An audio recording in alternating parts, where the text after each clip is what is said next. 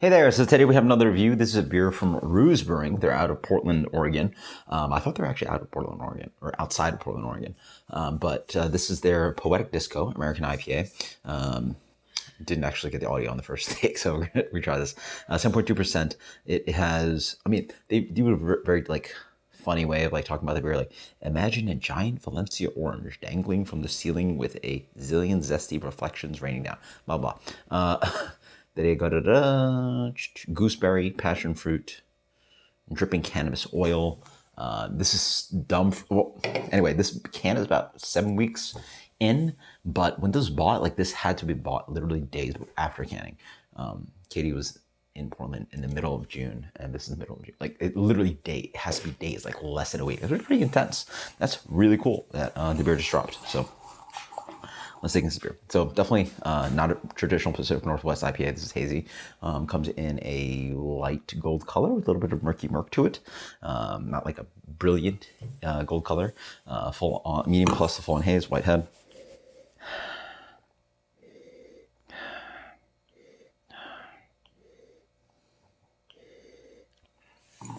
Lightly with the wheat oat thing, citrusy. I would guess there's citra in there, maybe not. But it's just orangey.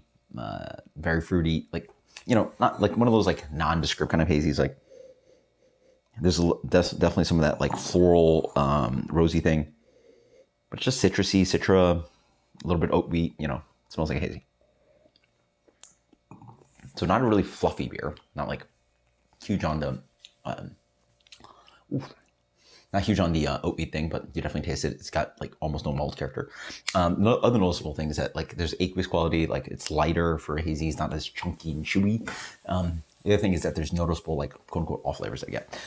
It's a little too intense on this floral thing where you feel like you're biting on rose petals. I get that sometimes. Also has a little bit of that chalkiness, a little bit of that kind of lingering green polyphenol thing on the back end. This is not as bad. Some of the examples that I hate, where you literally can't drink the thing. It's literally just drinking grass water, or just get a bunch of, you might as well just get a bunch of kale and endive and throw in a blender and try to drink it. It's just green. It's like eating grass and leaves. It's bitter. But here it's noticeable, a detractor, but doesn't go all the way to make it completely a mess of beer. On the palate, it leans on those characteristics they're talking about. Actually, honestly, it's probably a good example of what people are looking for these days, with that kind of polyphenol dryness, those familiar characteristics that people like that I hate. But their flavor descriptions are really good.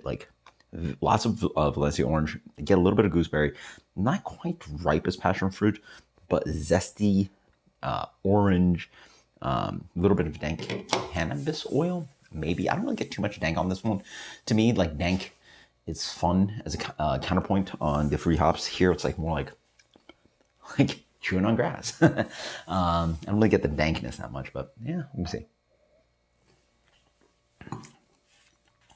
Maybe a little bit, but really noticeable notes are a sweet orange Valencia, and then a really fun kind of sweet gooseberry note. Sometimes gooseberry for me is style heavy, is dank. It's very Sauvignon Blanc and very stinky in a good way. Here it's a sweeter grape. It almost has this grape juice kind of thing, which is quite fun. Yeah, good descriptor. So it has parts of it are good to very tasty, and the parts of it the off flavors I don't like in hazy. So it's a mix of a beer, which makes the beer sort of one of those beers where it's a hazy that's not a crusher hazy, but more of a, let's go with a this kind of hazy, a 4 ounce out of a 12 ounce can of hazy. I wouldn't really go too ham on this. You probably enjoy it in a flight, but that's about it. It's tasty in a flight, but definitely not tasty in a glass, if that makes any sense. Or that makes sense, right? It tastes good. It tastes good here, but not here. Yeah. So that means the beer gets an 84. 84. Tasty beer, just not great drinkability, but yeah, that's those flavors I don't like. But it is what it is. Until next time, guys. Cheers. Later.